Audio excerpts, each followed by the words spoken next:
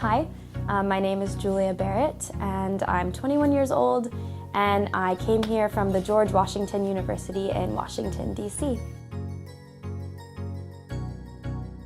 I prepared to come to Belgium in many ways. I think the most preparation I did was actually going on Pinterest and looking up all the different clothing items that I should take. There's a lot of different articles that suggest what to bring with you when studying abroad because I was only going to take one suitcase.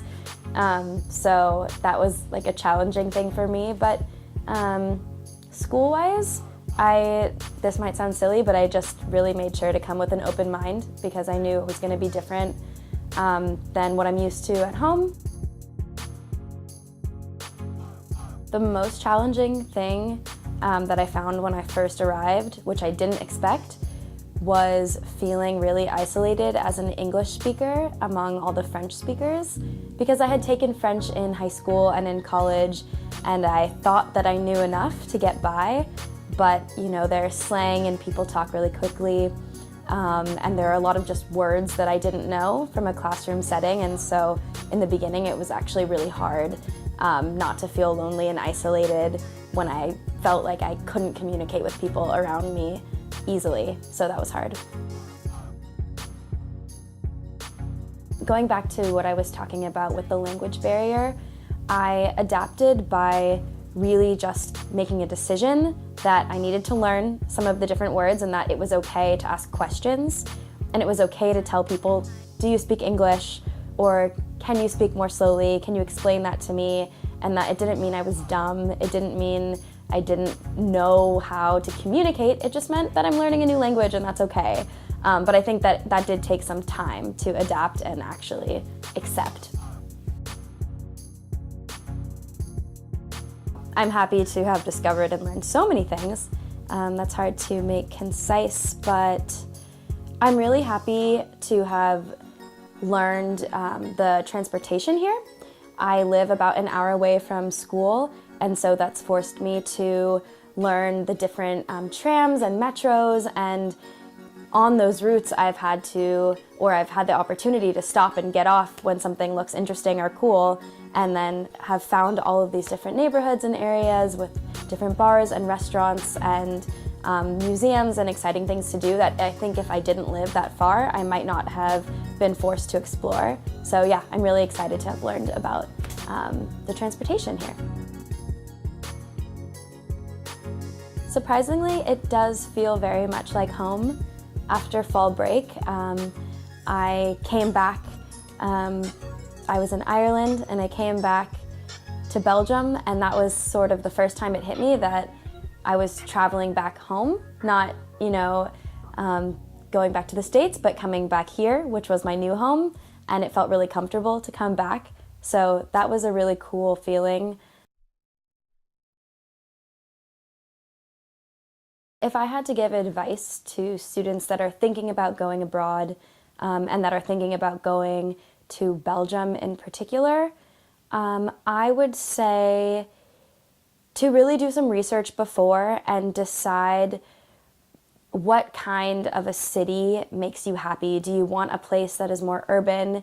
Do you want a place that has more nature? What, you know, is the weather something that's important to you? Because I think sometimes those seem like more trivial facts and we don't really think about them, and we just think, oh, you know, I want to travel in Europe, and especially with Brussels, you know, the EU is here and there are all of these really cool institutions, and those are very cool in their own right and important things to think about. But I also think when you're living in a new place, the day-to-day environment is really important. And I know one thing that I've sort of struggled with is that as it's been getting closer to winter, it gets dark really early, and then in the mornings it's super, super dark. So for my 8:30 classes, I feel like I'm leaving the house in the middle of the night. So, you know, it's fine, but I think that would have been something I wish I would have looked up a little bit more, just kind of those basic things about the environment. I don't know, I'm more sad than I thought I would be. I think I really thought after, you know, I guess I've been studying here, it'll be about 4 months, and I I came in July, so I'll have been here for about 6 months. And yeah, it's going to be weird to leave. I think it's going to be bittersweet. There's a lot of things about home that I miss and I appreciate now, having been gone. But I do feel like I've started to integrate into this community and I feel comfortable here and I've really grown to love it. So I'm definitely going to want to come back. We get a lot of emails from the administration here about different opportunities. And I think a lot of students have the tendency to sort of, read through it and be like, oh, okay, I don't have time for this. But I was reading through and seeing what they all were. And a couple months ago, I think it was in October, there was an opportunity to attend this special lecture at the Brussels School of International Studies. And so I went, and I was one of 2 people from Vesalius, which was surprising. There was only 2 of us that came, and the others were master's candidates from the Brussels School of International Studies. And it was like such an incredible workshop, and I learned so much. And then it led me to connect with some other students here who then started telling me about all of these different conferences that students are allowed to attend at the EU and with the European Parliament. And so I started going to some different conferences, and particularly I went to one about counter-extremism, and there were all sorts of distinguished people that were speaking there, which was very cool. And it was really nice because it complemented one of the classes that I'm taking here, which is about contemporary conflicts in the Euro-Mediterranean, which is something that I haven't studied at all before coming here.